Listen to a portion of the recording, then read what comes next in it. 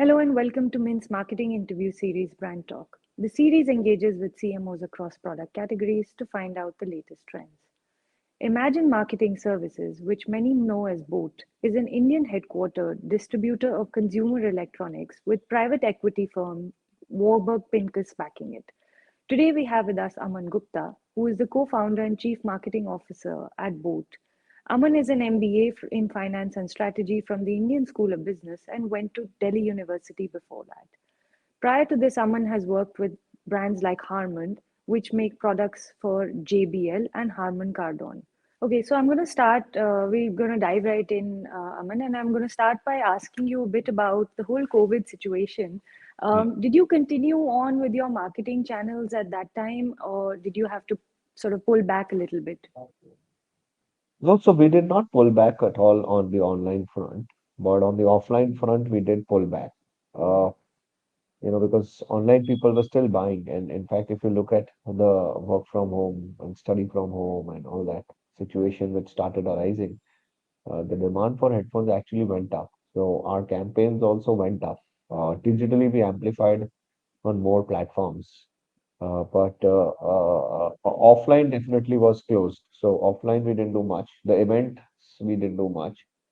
There was no new content being shot, so it was more on creatives and motion graphics in that front. But the new campaigns in terms of TV campaigns, so like IPL, we did not do a TV campaign the first phase Right. because we could not shoot Mm. for the new campaign.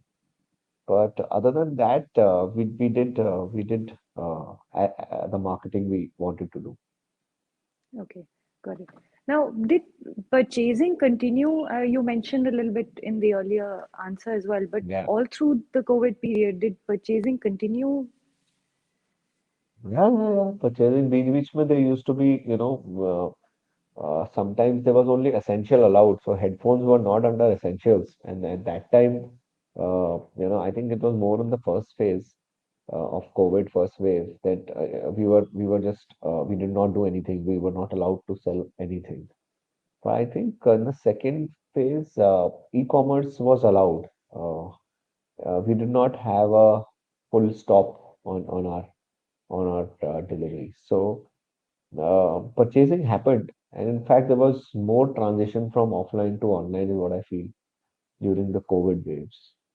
No, so our business numbers and we did well as per our plans. We were, the supply chain was a big of nuisance because everything globally was hit by COVID. So ports were getting closed and supply chain disruption happened because of the chipset issue. So there were more supply side constraints rather than the demand side constraints, is what I would say. Right. So, what are your learnings from the COVID period? Two waves essentially, and you primarily do source your products from China. So, how has Yeah. it sort of affected business as you know it? So we've started, earlier we were over optimizing on our supplies and we were trying to keep like a close demand supply ratio. Uh, and now we've started keeping more inventory because you never know when the supply chains can get disrupted. Even on the chipset side, not only it was also the US-China relations and some chipset companies were debarred from making chips and all that. So there was chipset side issues also with which we had to do better planning. I think COVID all taught us first to be, like this time we are, whether the Omicron is coming or what's not. So we've started keeping more stock than normal. Also, we've started expanding to other countries. We went to Vietnam. We started going to India a lot. In fact, we'll be doing a press release soon. We've done 1 million units out of India already. So we are expanding India also, apart from this being dependent on one country. Got it. So those are probably my learnings out of COVID in terms of supply chain management. Right. Okay. And what about marketing? I mean, you've been using very interesting strategies to capture the young audiences. Yeah. So could you tell us a bit about, why you are going in this direction and how does it really help or convert to ROIs? So ROI is very critical from the day we started. I always say the chartered accountant in me always brings in the ROI question before the marketer in me starts spending those money. And ROI is very critical in our company as we've been profitable from day zero, day one. We don't like to burn money, we like to earn money. That's what I always keep saying. Our marketing campaigns are also not overboard. We look at, what's been working, and if something works, we double down on that. And we keep doubling down on that if it's working well for us. So for us, even, brand building has been amazing. In fact, our growth over the past few years has been also because of the acceptance from the consumers of our marketing strategies. In fact, a lot of brands are now copying what we are doing. You know, Right. it's a strategy which we adopted few years back on multi-celebrity model, multi-platform, multi-distribution model. And I think we've done well for ourselves. It keeps changing the marketing plans and strategies, and the campaigns keep changing, and we keep changing along with that. It's worked very well for us, to answer your question. Right. So any interesting ones that you can talk about, with maybe the more recent ones?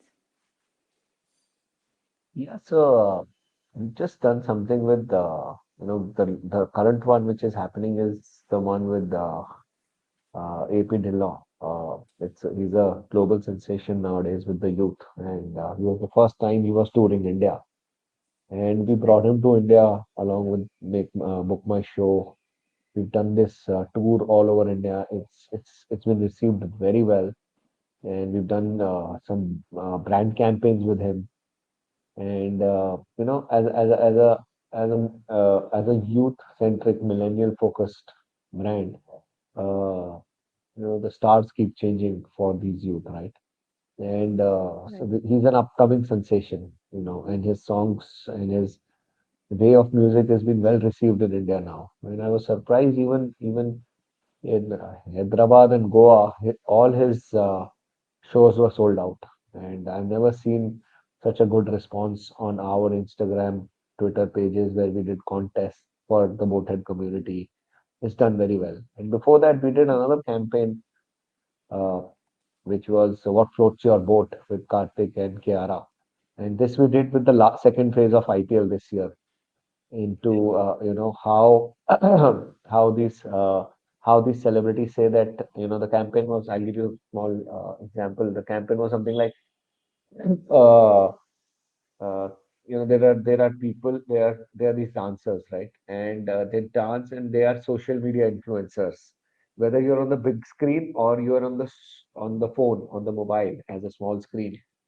Do whatever floats your boat, because both are good. So earlier gaming used to be, uh, like people used to say to the children कि यार game खेलता रहता है पूरा दिन mobile पे.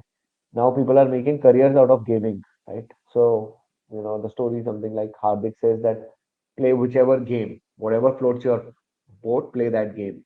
So it was a very well received campaign targeted towards people to just do whatever floats their boat in that context. Right, interesting. So, I know you work with celebrities, especially who have a lot of recognition, but do you also work with influencers? Yeah, yeah. Influencers are very critical today. If we don't work with influencers, we should set the brand and just do something else. Right. Influencers So, are important for brands like ours, for digitally native, connected brands. You can't not work with influence. right, got it. And so, how much of your budget do you allocate towards, say, influencers and how much towards celebrities? I would say that celebrities also are influencers. You should call them as probably over macro influencers, and then there are macro Sure. influencers, and then there are micro influencers. So all of them come under the influencers bucket only, right? It's just that Right. celebrities have a better traction. I'll tell you about some of the influencers we've signed up. They have better traction even than celebrities. So I don't know which is what do you call a celebrity? Whether the influencer is a Right. celebrity or the celebrity is an influencer. There are Right. some celebrities who've launched brands in our space and have not done well. But Mm. do they do they really influence? Is a question then. But there are some influencers because of which our brands are made now. So are the influencers a celebrity or are the celebrities the influencers? There are some reports, in fact, we should double down on that some of these influencers are charging more than the celebrities also. So I feel that as a company, I don't have the right budget in hand right now, but we do spend a lot of money on digital marketing where celebrities and influencers become a important play in that. Right. Got it. And what about traditional marketing expenses? That where do they really fall for you? So we haven't done that much this year. Normally we do print. We do one print a year or something. We haven't done that Okay. this year because of the disruption in the print industry also that people started not getting papers. The airlines and the airports had stopped papers. Offices were not open. So we did not do much on the print side. On the TV side, we did a very small activity during the IPL this time, but we didn't do much Mm. on the offline, on the traditional print and TV advertising. We haven't Right. spent much. So is that a conscious sort of decision going forward as well, or Yes, this is going to be temporary? it is temporary because of COVID. People are not reading newspapers, as I said, but it Mm. will come back. I believe in the power of print, and that's why, as a digitally native brand, I think we did some print campaigns, some heavy-duty print campaigns last year, last to last year. It did help us. Even the IPL campaigns, we did advertising. But if you look at what we did smartly was we had two jerseys. You had the two caps of Kings 11 Punjab and Rajasthan. No, not Rajasthan. Of this one, Royal Challengers Bangalore. And both these teams were wearing our caps. So and there was a lot of visibility on screen because of the cap branding. So I think that we Right. did. If you call it traditional or I don't know, where do you bucket that up? But it was seen on TV, it was seen on Hotstar, it was seen everywhere. Right. So there was this brand campaign we did with IPL, which was good. Plus, we also keep doing Right. some music videos, but and in film integrations, which unfortunately again did not there were not many this year, so we could not do those because there was not many which were shot. But we keep doing that also. Right. So do you see a lot of conversion when IPL, when you are involved in a game like IPL, do you see at that time sales become better? Yeah, so luckily the IPL season happened this year when the May sales was happening. There was a summer sale Right. of these online guys, and that time the sales went well. And even the second wave, the IPL happened, not the wave, second phase of IPL happened during the October-November time frame, which was also Right. our season time. So in fact, it helped Right. us. So I don't call it as sales. I won't be able to relate it that IPL helped us in sales, but IPL helped us in branding, which may have eventually turned into sales. So it helps. The branding helps. You cannot you cannot define. So we've got some budget allocated to branding efforts, which help in the overall brand story, right? But you cannot Right. say you can't measure the ROI uh, clearly from those branding efforts today. Right. Right. So now every brand has a story to tell and a consumer connect. Do you feel that D2C brands also have that? And what is your story then in that sense? That's a very nice question. And yeah, absolutely. Without a purpose, without a story, a brand is just a commodity. And we are working in a industry where there are more than 200 brands. When we started, there were 200 brands. Every day there is an old brand which dies and a new brand comes in. So Right. unless there is a story and a compelling story, Why will people pay premium to us over other brands? So every brand, D2C, or if you call yourself a brand, whether it's a D2C or omni-channel or an offline brand, without a story, the brand is a commodity. So our story also resonates very closely with the consumers we are working with. If you talk to our boatheads, it's a pride to be a boathead. Why do people, if you look at our market shares over the years, which has gone up today, IDC has also given those numbers. We are in the top earwear brand as per IDC over the last 5 quarters. We launched our smartwatches 3 quarters back, and we are already in the top three. So we will not be, if our boat heads don't resonate with us, if we are not able to understand them well, why will they buy us? So I'll give you small examples that we talk to them in a language they understand, and we are there where they are. If they are shopping on Instagram, I'm there. If they are shopping on Facebook, I was there. If they are on Right. Nykaa, I'm now there. If they are now turning towards Tata Click, I'm there. If they are back on offline, I'm there. It, you have to be at the channel they are shopping at. You have to talk to them in a language they understand. Today, I'll tell you a very small example. 4 years back, my marketing manager wrote that, yeah, it's Friday.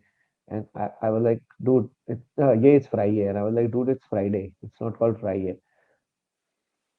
And he said, sir, आप रहने दो, आपसे नहीं होगा. So that's the time I understood that, the consumers today talk in a language which maybe I don't understand as an old marketer. So I let these new young marketers run the company and run the brand in a language, in a way they feel is right for the audience. And I keep bringing fresh talent which can keep guiding us, which can keep telling the brand to change, to evolve. Because if we don't evolve with the evolving millennial, and they are impatient, these new Gen Z's and the millennials are very impatient. And if we don't evolve as they are evolving, then we are dead. I was on Facebook and I was like, dude, why do you need? I'm talking about 3 years back. I was like, why do you need to be on Instagram? Because it's the same people on Instagram and Facebook. And these guys said that no, sir, Facebook is dead. I was like, they're mad. And you look at today, that Facebook, even the name is dead, right? It's no longer Yeah. Facebook, it's called Meta. But the traction Mhm. and everything is much better on an Instagram. So if we had not moved when the consumers were moving, and we had moved now, which a lot of brands are doing now, we would have been late to the party. The party would have ended. Right. Mm. So do you think that in that sense you're building a brand that would last? Obviously, otherwise, it's better to sell off the brand and move away. And we are making a brand which is Mhm. lasted, which is growing. We are getting into newer categories, and consumers Right. are accepting that. In 3 quarters of our launch, consumers have responded very well on our smartwatch category, which was a new category addition. We were last year we were only doing audio. This year we've got audio and wearables. Wearables Right. is showing better growth than even audio. We're planning to launch some more categories in the next couple of years. So there is a lot which is on the cards right now. And if the brand is not there, then why will they buy other categories, right? If they don't trust the brand, they will not Mm. buy me again. Today the consumerism is at all-time high, but consumers are not letting, if I'm able, if today top consumers are talking to each other. If you look at the social media channels, if you look at reviews on Amazon, Flipkart, on YouTube, people are talking to each other. People are telling you which product to buy, what are the plus of that product, what are the negatives of that product. We don't Earlier we used to buy products asking your uncle or auntie or that guy who knew about technology. Today consumers go to internet, look which product is good, reviews अच्छे हैं, let's try it out, and they're ready to try it out. But if you're not able to fulfill the brand promise of the quality or the perception with which they bought you, they will never buy you again. So they will buy you once, they will try you but not buy you again. Our repeat rates are more than 30%. People are buying us again and again. That's the Right. promise with which, the quality is important, the technology is important, and we move with the changing technologies, we move with the brand. So I think we are here to stay. Right. So do you think that then in that sense, obviously, D2C brands are not a fad, just a fad? So if you look globally, D2C brands are not a fad. They are challengers. They are the ones who are challenging the status quo of these big brands. We came in 5 years brand, and we've become one of the leading brands. And there were a lot of these German, US, Japanese brands which were ruling the market, Indian, Chinese. But we came in, we saw, we did things differently. You look at any industry today, D2C brands are getting that share. पहले choice क्या होती थी? Only, and the distribution channel was, controlled by these big guys. Nowadays, this distribution channel has opened up. I can today start a brand and list it on Amazon or Flipkart or start doing direct selling to the consumer directly. The industry is evolving as we speak. They are not a fad at all. They are here to stay, and they will take market away from all these big guys who don't move at the same time as these new age D2C brands who do not innovate at the same pace at which these new age brands do. They do not understand the consumers so well as these new age D2C brands do. It's just the start of the D2C evolution of India. And give it a few years and you'll see how it's growing very well. It will take away a lot of share from these traditional old brands. Right. Got it. And my last question is, are you considering an IPO? I won't be able to talk about that right Hmm. now, but we keep looking at sourcing mechanisms. We're looking at expanding our business, and there'll be a lot of funding which we need to growth funding which will be required. So we did that. We don't do it very regularly like other D2C startups do, who keep looking for sourcing every year, for funding every year. We've done it every month. In fact, a lot of brands do that right nowadays. Mm, This year, there has only been one fundraise from one round we led, which one round we had with Warburg and Qualcomm coming in. 2 years back, we had Fireside only. So we don't do funding as other brands do. And as far as the IPO goes, I wouldn't, and I can't comment on that right now. Sure. Got it. Perfect. Any other marketing activities that I may not have asked about that you wanted to discuss? Marketing activities, we started targeting the women series, women category, because technology was more supposed to be like a men's dominated world, and we launched our Treble series. It's called Treble, base Treble. That T, and it's also got a T Rebel. It's like the rebel in you. So ignite the rebel in you campaign. So we've started targeting the women in the category, which the today's women are not, as we say, are not dependent on their partners to decide on what product they have to buy. They themselves also go online and buy. So we've got those colors, we've got those vibes, we've got the smaller earbuds which fit into the woman's ear canal. We've started targeting the women's category. Plus, we are also, going a little into we've done a tie-up with Marvel and Disney, and we are launching some products made for that generation of people who love these superheroes and uh, comic.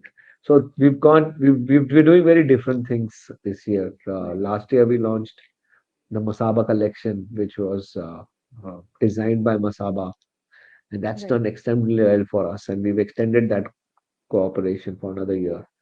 So we keep doing innovative stuff. I would say that T Rebel is one which I wanted to talk about, and this Disney Marvel collection is the other one I wanted to talk about, and the Masaba fashion series which we've launched. So yeah, these are the marketing campaigns. And plus, if So I tell more, then my competitors also listen to what I say, so I don't want to say more about our marketing campaigns coming up. right. So the Marvel Disney series, is that going to be what category of products will that be in? It will also be in we are only primarily into two categories, wearables and hearables, and there Right. will also be there these categories only. Okay, got it. Will you ever expand beyond these two categories? Yes, we are. There are talks in place. We are deciding on the next two categories. It's just that these two categories grew so well that we haven't got the the time, resources, or the team to do that. So we're expanding the team also as we speak, so that we can think beyond these two categories and the few markets and the channels we are operating. So there is too much to be done right now. I will let you get to that then. Thank you so much for your time today. Thank you. Thank you, Pooja. Nice talking to Take you. care. You All right. too. Thanks. Bye. Bye.